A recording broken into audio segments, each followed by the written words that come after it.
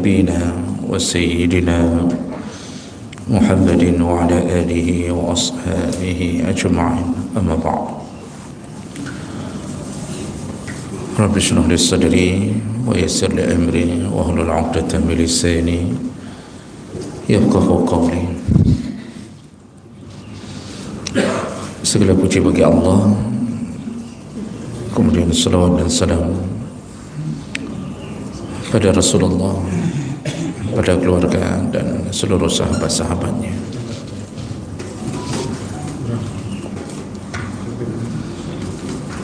Bapak-bapak, ibu-ibu yang Allah muliakan, insyaAllah kita akan sambung pelajaran kita masih seputar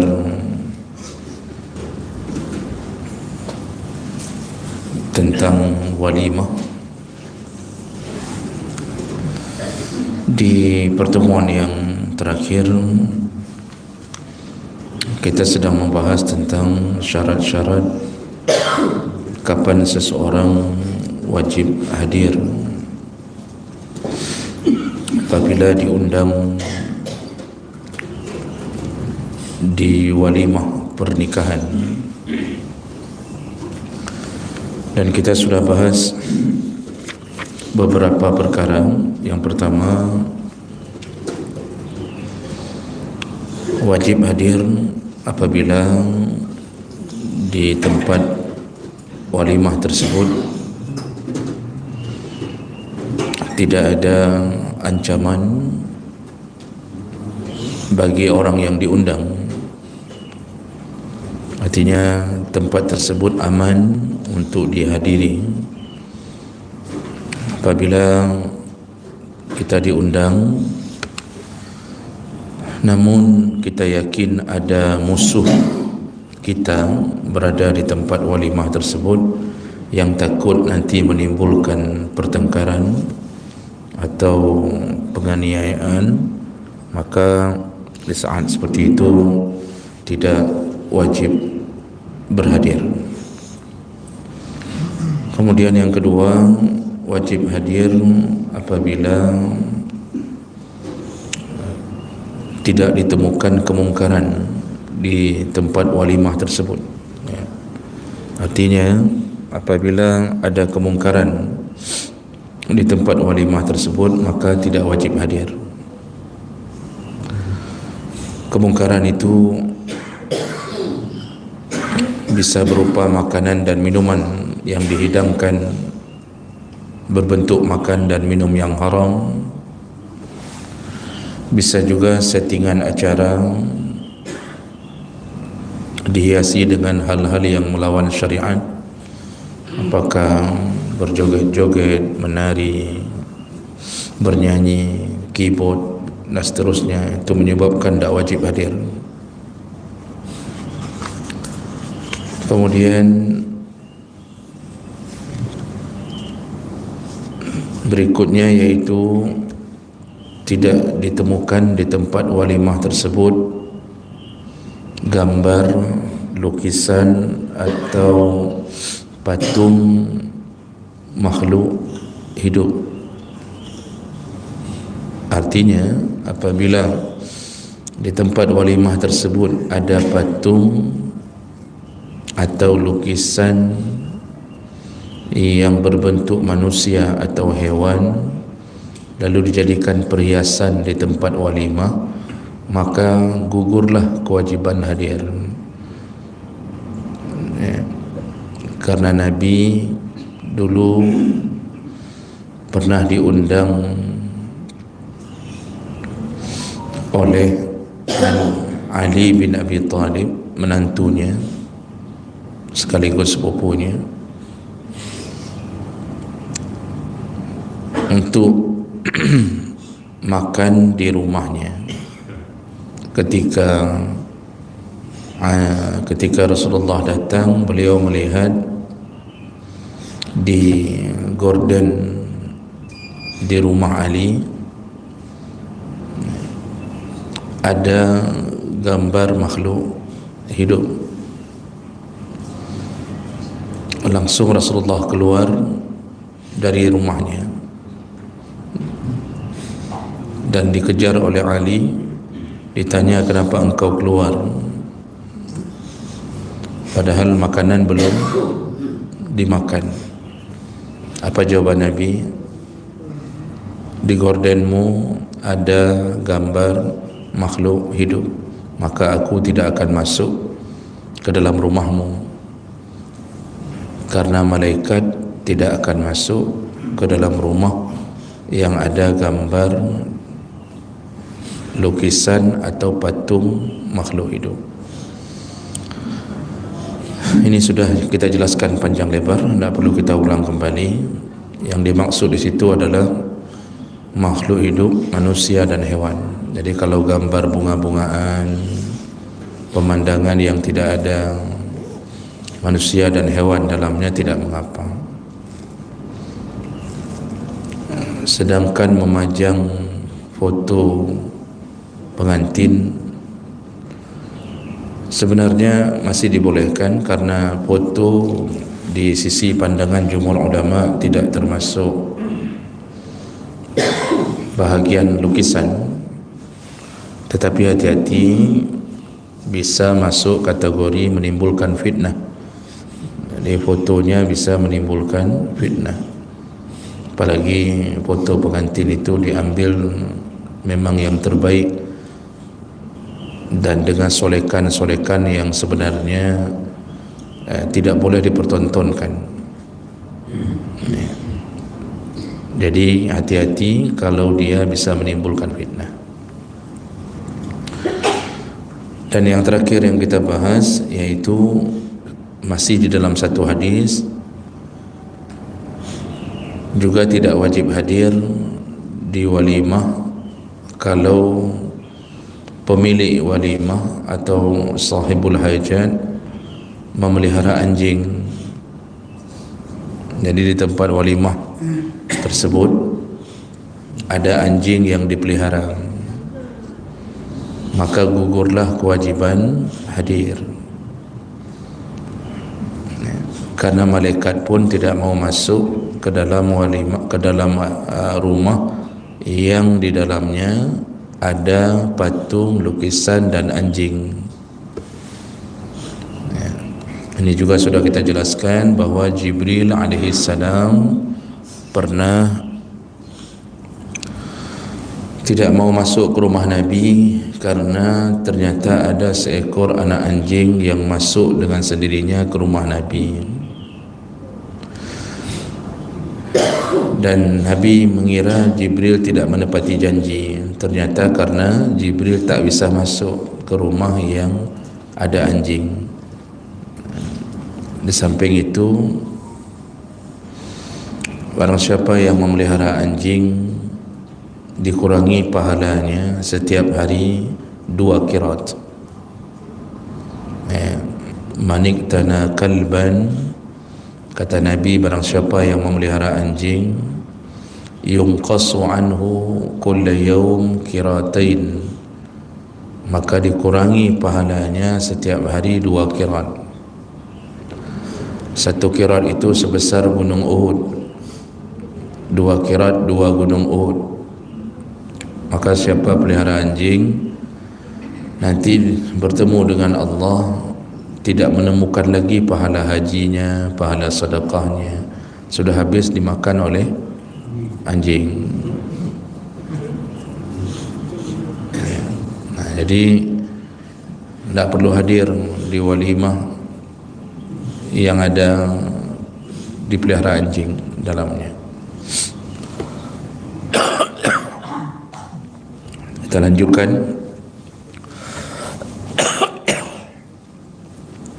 Berikutnya, syarat berikutnya yaitu ala yakuna kasratu ziham. Baru wajib hadir di walimah kalau walimah tersebut tidak terlalu padat. Ziham itu macet, padat. Jadi maksudnya para ulama itu mengatakan bahwa kalau seandainya di tempat walimah itu terlalu padat yang menyebabkan kita akan kesulitan duduk, ya, kesulitan memarkirkan kenderaan, atau kita mungkin akan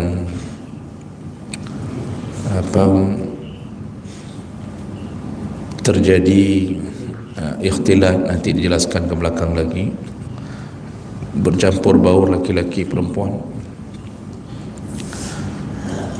jadi serba sulit. Nah, ini menyebabkan boleh tidak hadir.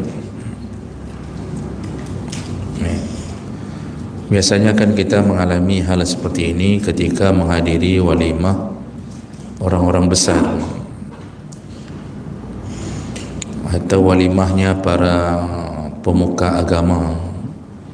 Kadang-kadang tamunya mencapai 10.000 orang. Untuk parkir saja kadang-kadang 1 kilometer dari tempat acara. Nah, lalu harus berjalan kaki 1 kilometer ke depan. Ada yang ketika pulang mobilnya sudah tidak bisa dikeluarkan lagi, mundur pun tak bisa, maju pun tak bisa. Kalau ke jembatan Kota Blang, waktu kita masuk ke tempat acara pun tak ada tempat duduk pun, karena terlalu ramai tamu, 10.000 orang, sedangkan tempat terbatas. Maka semua keadaan itu dalam pandangan sebahagian ulama itu menyebabkan tidak lagi wajib hadir. Tak wajib hadir lagi. Baik kita menemukan keadaan itu setelah sampai di tempat atau diberitahukan orang. Nah, misal orang kasih tahu hana pun aja, hana 4 dadung, itu nak perlu hadir. Artinya yang seharusnya hadir walimah itu wajib, cuma karena keadaan seperti itu menjadi tak wajib, jadi tidak berdosa lagi kalau tidak hadir. Itu yang mau diberitahu. Kemudian syarat berikutnya, alla yakuna makanul walima ba'idan. Tidak wajib hadir di tempat walimah apabila tempatnya terlalu jauh. Tidak wajib hadir di tempat walimah yang lokasinya terlalu jauh. Ini yang pernah ditanyakan oleh Pak Khairil dulu ya, tentang tempat jauh, dan ini termasuk syarat yang menyebabkan gugur kewajiban hadir. Kita diundang di Banda Aceh dengan keadaan kita merasa yakin bahwa ini jauh. Karena jauh nak jauh itu terpulang pada keadaan si orang yang diundang. Biren itu jauh bagi orang tertentu, tapi tidak jauh bagi orang tertentu. Bagi yang punya Innova, Biren itu tidak jauh. Tapi yang mengandalkan Supra X jauh. Makanya kalau ditanya orang nanajak walimah apa di Biren, ilung hana motor pilung jang, yang na Honda misal. Dengan Honda, dengan motor ya terasa jauh.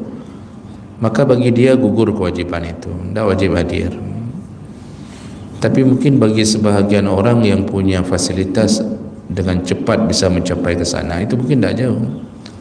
Maka jauh tidak jauh itu relatif sekali, tergantung sekali dengan keadaan kita.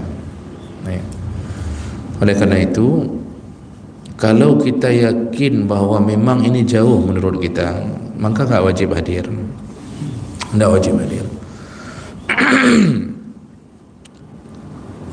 Makanya kita pun yang punya hajat, yang punya acara walimah, ketika mengundang orang yang dari jauh, itu bahasa mengundangnya pun harus pakai perasaan.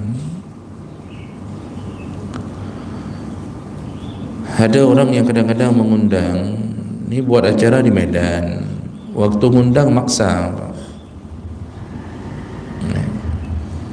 Jadi kadang-kadang dia mengatakan, ni kami ini ada buat pesta ni, acara anak, datang ya, kata dia. Diulang-ulang datang ya, pokoknya jangan sampai nak datang. Kalau nak datang, aku nak mau datang lagi tempat K. Kayak gitu bilangnya.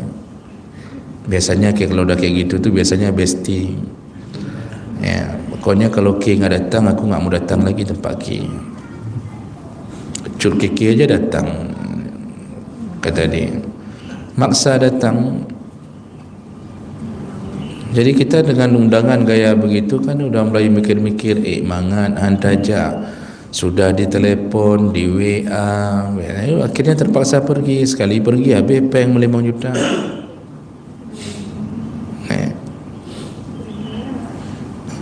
Kadang-kadang pun tak ada tempat menginap, terpaksa cari hotel sendiri. Gaji cuma 3,5 juta per bulan, 3 tajak baji habis 5 juta. Ini tak perlu maksa-maksa diri untuk hadir, karena memang para ulama pun mengatakan kalau tempat itu jauh maka gugur kewajiban hadir. Kita ni kalau mengundang orang dari jauh, itu mengatakan ni ada acara, sekedar pemberitahuan. Kalau bisa hadir alhamdulillah, tak bisa pun kami maklumi. Menan undang kau KJO, kecuali kita kasih modal, datang ya, ni saya tanggung tiket ni PP, dengan sudah saya booking hotel Adi Warman. Ada Adi Warman Adi nanti ya, hotel si Adi entah. Adi pun nanti. Adi Diana. Oh, Adi Diana. Jadi dibilang ni sudah saya tanggung hotelnya, 3 malam saya tanggung hotel. Orang pergi pun senang. Jarang-jarang dia bisa tidur di hotel. Ini udah ngundang, maksa, tak kasih modal, ya, minta amplop lagi. Nanti ada yang undang kadang-kadang tak datang, tak apa-apa, transfer aja katanya. Memang kalau tak datang suruh transfer, kan kurang ajar orang undang. Ya. Saya sudah mengulang-ulang berkali-kali, kita itu kalau diundang, yang wajib itu hadir. Tak ada kewajiban makan, tak ada kewajiban memberi kado. Yang wajib itu kalau diundang hadir. Makan bukan kewajiban, memberi kado bukan kewajiban. Lalu kenapa orang hari ini memberi kado bawa amplop? Itu karena kebaikan orang yang diundang. Dia ingin membalas kebaikan orang yang undang. Sudah kasih makan, maka dia orang membawa amplop, itu imannya mengatakan tak enak lah, kita udah dikasih makan, ya kita balaslah kebaikannya. Itu hanya perbuatan sunnah dari orang yang diundang. Tak ada kewajiban bawa amplop. Habis makan pulang tancap boleh. Dosa tak? Dosa. Kurang ajar? Enggak. Ya. Mana ada kewajiban. Kita yang namanya diundang orang, datang, dikasih makan, ya udah makan, pulang, ya tak apa-apa, pulang. Cuma karena kita ni orang-orang yang beriman ni merasa tidak nyaman kalau kita tidak membalas kebaikan dia, keluarlah amplop. Nah, di situ berarti sama-sama dapat pahala. Dia dapat pahala dengan memberi makan kita, kita pun dapat pahala dengan membalas kebaikannya. Begitu kehidupan orang-orang yang beriman. Makanya kalau kita diundang dari jauh, tidak bisa hadir, tidak ada kewajiban.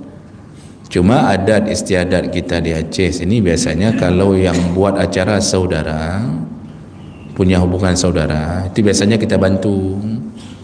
Ya, apalagi kalau saudara dekat, itu biasanya kita juga kirim uang walaupun tidak bisa hadir demi meringankan bebannya. Itu Masya Allah pahalanya besar sekali. Besar pahala memberi hadiah atau membantu saudara yang akan melakukan hajat pernikahan, besar pahalanya. Kadang-kadang kan orang kita itu sampai 200 ribu tajuk ke saudara. Kalau yang kaya-kaya 1 juta, 2 juta, dia kasih ke saudaranya untuk meringankan. Ya. Memang di dunia kadang-kadang tidak dihargai, tapi dalam catatan Allah kita telah masuk golongan melakukan amal yang paling dicintai Allah. Salah satu amal yang paling dicintai Allah adalah meringankan beban sesama mukmin. Bayangkan saudara kita buat acara, tiba-tiba kita kirim 1 juta untuk kita bantu dia. Plong rasa hati, dengan itu 1 juta itu dia sudah bisa beli 20 papan telur. 20 telur papan telur, betul, papan telur. 20 papan telur. Dengan 1 juta itu cukup terbantu. Makanya kita itu besar pahala. Biasanya kalau saudara yang begitu kita lakukan. Ya. Nah, jadi yang mau dibilang di sini, kalau kita terasa jauh, maka tidak hadir tidak apa-apa. Ada orang yang diundang masih satu kota, tapi dia tidak ada kenderaan apa-apa untuk pergi, sepeda tidak ada, motor tidak ada, maka bagi dia itu jauh. Wajibkah dia hadir? Tidak wajib. Wajibkah dia menyewa becak untuk? Tidak wajib. Tidak wajib. Okay. Berikutnya, syarat berikutnya wajib hadir di tempat walimah kalau diundang. Alla tujad nisaun yusharrifna alal mad'uwin. Baru wajib hadir kalau tidak ditemukan di tempat walimah tersebut sekelompok perempuan yang dipajang untuk menyambut para tamu. Saya ulang ya Bapak Ibu, ini penting karena ini sudah jadi kebiasaan kita juga kadang-kadang. Ini termasuk mazhab Syafi'i menegaskan ini. Gugur kewajiban hadir, apabila ditemukan di tempat walimah tersebut dipajang sekelompok perempuan yang telah dihiasi, disolek untuk menyambut para tamu. Artinya kalau ditemukan model-model begitu, settingan acaranya model begitu, maka gugur kewajiban hadir. Tak wajib hadir lagi, boleh tak hadir. Ya tentu ini ditegaskan oleh para ulama karena perbuatan tersebut sebenarnya melanggar syariat. Kalau di sebahagian daerah biasanya kita menamakannya pagar ayu. Si ayu dijadikan pagar. Nah, itu biasanya dipasang tuh yang muda-muda, yang cantik-cantik, yang putih, ya. Pokoknya yang langsing-langsing. Itu dipasang di depan tuh, suruh berdiri di depan, suruh sambut tamu, suruh senyum-senyum. Gitu. Datang tamu senyum, tiada tamu sepasang suami isteri.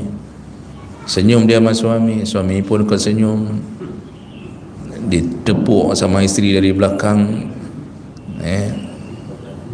Ini semua laki-laki datang terpana melihat sekelompok perempuan ni dengan baju yang sudah disetting, kadang-kadang pakai baju kebaya, pinggangnya ramping, dibuat dengan begitu untuk menyambut tamu. Ini haram. Makanya salah satu yang menyebabkan berkurangnya pahala atau dicabutnya keberkahan dalam walimah kalau model-model kayak gitu tuh. Ada kalanya kadang-kadang disuruh duduk di tempat kado yang muda-muda, yang cantik-cantiknya, duduk pada tempat kado. Sedangkan nenek-nenek disuruh duduk di dapur, suruh cuci piring, suruh potong-potong bolu. Yang nenek tuha ikut dia mendum, koh dodol, potong-potong dodol, suruh taruh air ke dalam peluk yang dah habis. Yang buat nenek tuha yang dianggap kurang menarik untuk taruh di depan. Yang depan tu anak-anak muda, gadis-gadis cantik-cantik. Itu taruh depan, duduk di tempat kado-kado dengan HP satu, duduk pak. Ramai-ramai duduk sosok jamil, senyum, kasih sendok plastik. Duduk sendok plastik. Tugas dia apa? Kasih sendok plastik. Sendok plastik $1,200 boh pak.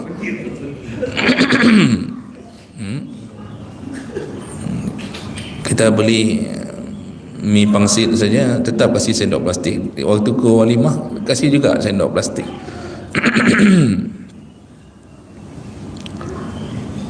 Ini dasar hukumnya sebenarnya tidak boleh. Karena kenapa? Kita menjadikan perempuan sebagai pajangan untuk dinikmati pandangan oleh para lelaki. Haram. Tak ada pelajaran dalam agama membolehkan seperti itu. Perempuan itu dihormati dengan cara disembunyikan. Dia itu mutiara yang perlu diselimuti. Dia hanya milik suaminya. Kalau mau bersolek, bersolek untuk suami. Mana ada perempuan disuruh bersolek untuk suami orang. Ini kan sudah bersolek. Pagar-pagar ayu ni kan sudah bersolek untuk suami orang, bersolek untuk laki-laki orang. Ini haram ini sebenarnya. Cuma entah kenapa kita mulai membiasakan. Maka kita yang sudah tahu ini coba nanti buat walimah.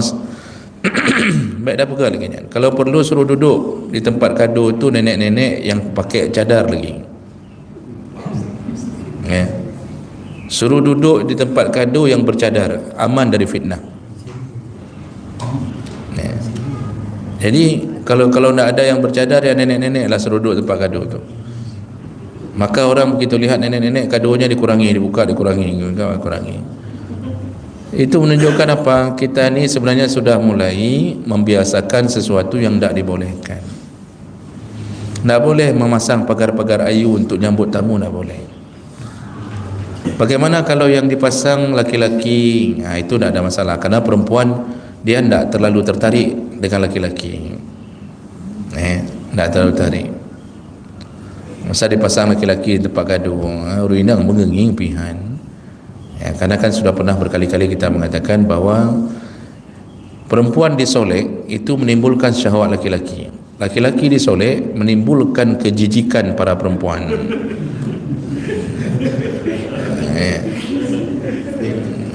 Kalau perempuan disolek, laki-laki kok laga, walaupun nanti dia lihat isterinya lihat ke mana kan, liriknya lagi kok laga, dia lihatnya isterinya, lihatnya pagar ayu tu, lihat isteri, lihat pagar ayu.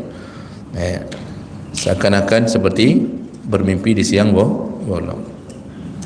Tapi kalau laki-laki disolek, suruh duduk, suruh berdiri menyambut tamu, murina megenging pian. Bagus sekali bapak tu solekannya, masya-Allah, luar biasa kan, gantengnya. Tidak dilihat sama perempuan. Perempuan kesyahwatnya bukan pada itu.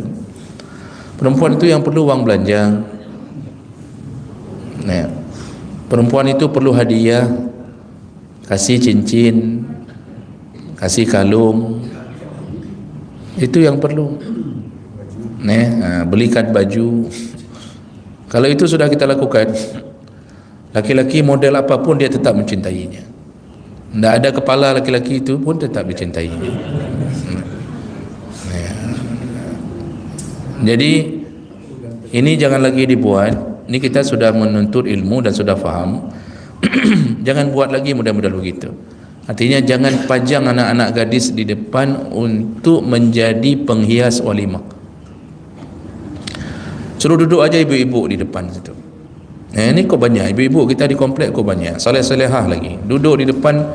Kalau ibu-ibu yang duduk kan dah umur 60 tahun, ibu senyum pun bagaikan petir di siang hari. Contoh. Di lapangan tak kayak gitu kali. Contoh. Artinya anda membuat laki-laki terpesona anda. Memang sudah waktunya anda terpesona lagi. Hai umur 60 waktu kan je nenek kan. Nenek-nenek suruh duduk depan, suruh duduk tempat kado itu. Jadi kalau ini tidak penting, para ulama tidak membuat catatan di dalam masalah ini. Tidak boleh buat walimah memajang perempuan, tidak boleh. Karena nanti pasti timbul fitnah. Pasti senyum, lalu ditanya, adik dari tinggal di mana adik? Ditanya sama duda yang datang acara, duda misal, cik tengah minta promo, adik tinggal di mana? Sambil dicatat kado apa dikasih itu dicatat, boleh abang catat nomor HP adik kat Melayu. Itu baru berhubungan dengan hal-hal yang begitu, belum lagi yang lain-lain dipandang terus-terusan. Ini tidak boleh, tidak boleh, ya. Baik. Kemudian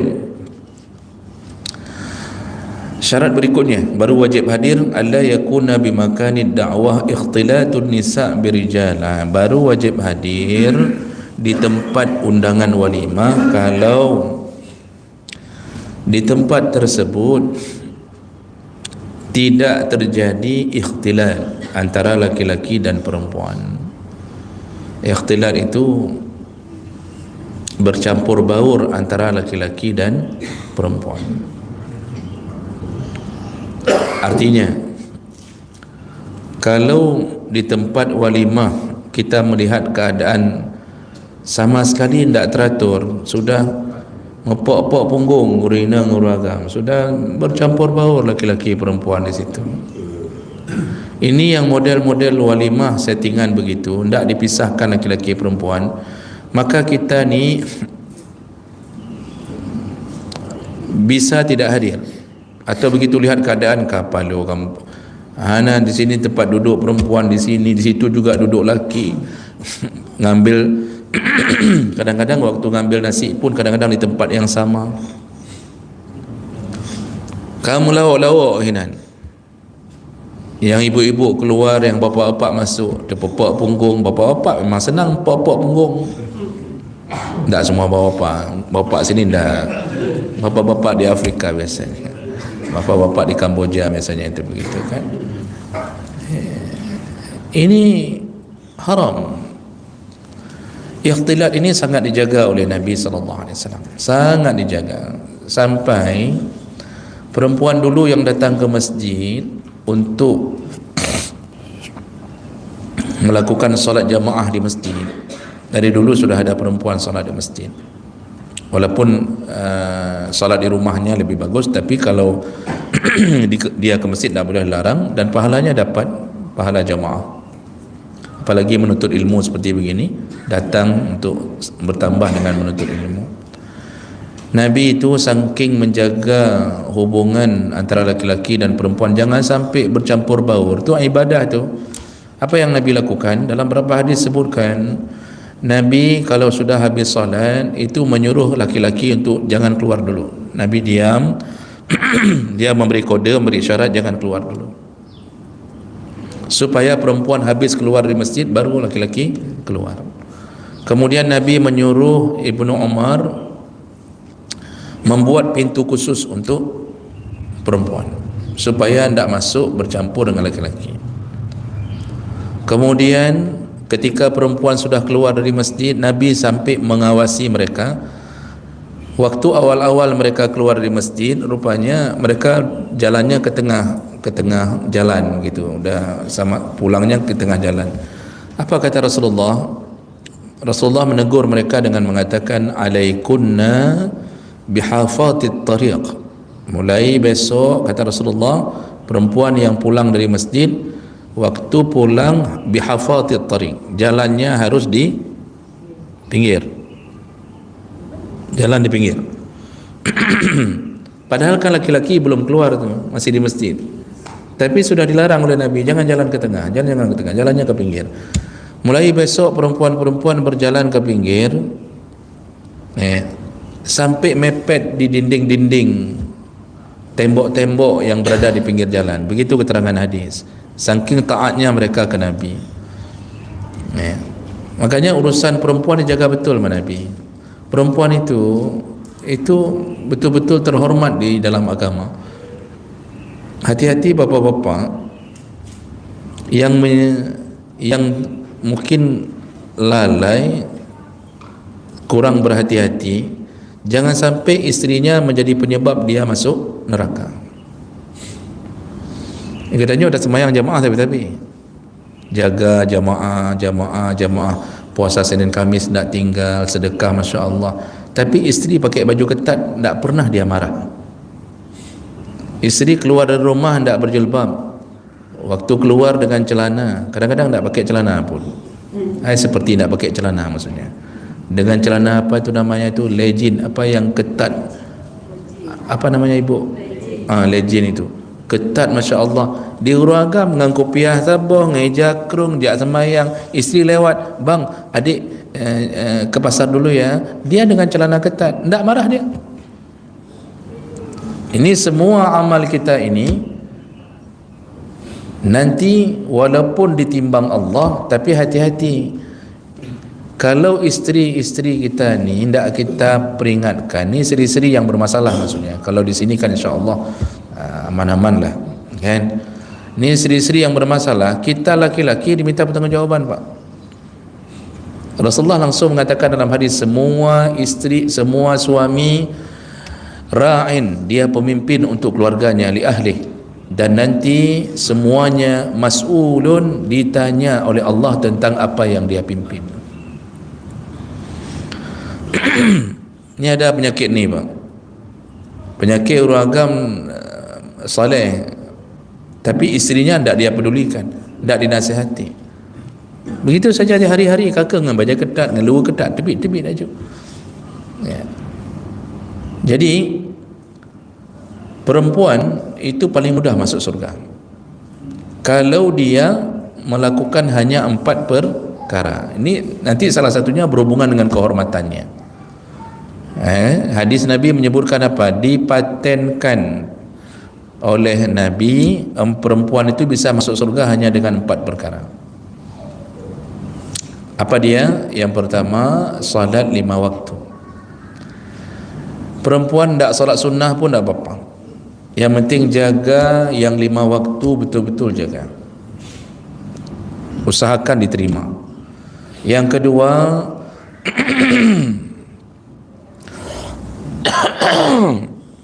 puasa Ramadan, wasamat syahraha, puasa Ramadan, bagus-bagus puasa Ramadan. Tak pernah puasa sunnah pun tak apa-apa. Bahkan perempuan kalau mau puasa sunnah pun terhalang dengan kebaktian terhadap suaminya, maka tak puasa sunnah tak apa-apa perempuan. Dia tak sempat puasa Senin Khamis, karena kalau dia puasa dia tak sanggup masak tu suaminya. Maka puasa perempuan Ramadan saja jaga dengan baik, aman. Tapi Ramadan yang bagus jaganya. Yang ketiga, wa hafizat farjaha, menjaga kehormatannya. Ini menjaga kehormatan, pakaiannya tak buka aurat. Kalau betul-betul jaga kehormatan, ini sudah masuk syarat-syarat akan menuju ke surga ni. Ibu-ibu kalau jogging pagi, jogging sore, nyan baik dia pakai luar ketat, pakai rok saja, walaupun di dalamnya celana olahraga, tapi pakai rok supaya orang waktu berada di belakang ibu ni, kan ibu kadang-kadang jogging misal di jalan apalah, kita ambil jalan inilah, itu kalau pakai celana ketat, itu laki-laki yang pakai Honda di belakang ibu tiba-tiba melambat Hondanya, yang seharusnya dia balap tiba-tiba melambat, ikut. Itu sudah mulai menimbulkan fitnah. Jaga kehormatan, keluar rumah pakai baju-baju kehormatan. Makanya tadi kan urusan bercampur baur ini karena menghilangkan kehormatan perempuan. Yang keempat kata Nabi, taat pada suami. Taat pada suami. 4 perkara ini berkumpul pada diri seorang perempuan, wajib masuk surga. Dan lebih hebat lagi di ujung hadis, lebih hebat lagi di ujung hadis Nabi katakan apa? Wa qila laha, perempuan yang menjaga 4 perkara ini sampai mati dengan baik, nanti Allah akan bertanya kepadanya, Allah akan berkata kepadanya, udkhulil jannah min abwabin syi'ti, masuklah surga dari pintu manapun yang engkau suka. Boleh pilih surga, boleh pilih surga. Makanya urusan-urusan yang berhubungan dengan merendahkan perempuan, ikhtilat, dipepuk, itu jangan lakukan dalam walimah. Kalau begitu Bapak Ibu, kita kalau buat acara walimah, ini acara, settingan acara, usahakan betul-betul memisahkan laki-laki dan perempuan. Jangan dicampur dalam satu tenda. Kadang-kadang ada yang dicampur dalam satu tenda, dipisahkan kursi, kanan perempuan, laki, itu mau pok-pok juga, debit damang. Pisah saja Pak. Kalau bisa pisahannya yang jauh. Pisahannya yang jauh. Misal kalau ada simpang 4, ya, contoh misalnya ada jalan yang modelnya simpang 4, lorong ini untuk laki-laki, lorong ini untuk perempuan. Pas dia masuk, yang perempuan ke sana, laki ke sini. Kalau bisa sampai segitu harus dijaga. Karena berikhtilat ini malah menyebabkan yang wajib menjadi tak wajib hadir, itu menyebabkan buruknya ikhtilat. Saya kadang-kadang banyak mendapatkan keadaan seperti ini. Cuma biasanya kita tidak bisa balik badan, terjebak di dalamnya. Dari luar tak nampak, begitu masuk ke dalam terjebak dalamnya. Rupanya settingannya sudah bercampur-campur laki-laki dan perempuan. Nah, ini betul-betul lah kita buat walimah dengan menghindari ikhtilat, bercampur baur antara laki-laki dan perempuan. Tetap berefek Pak.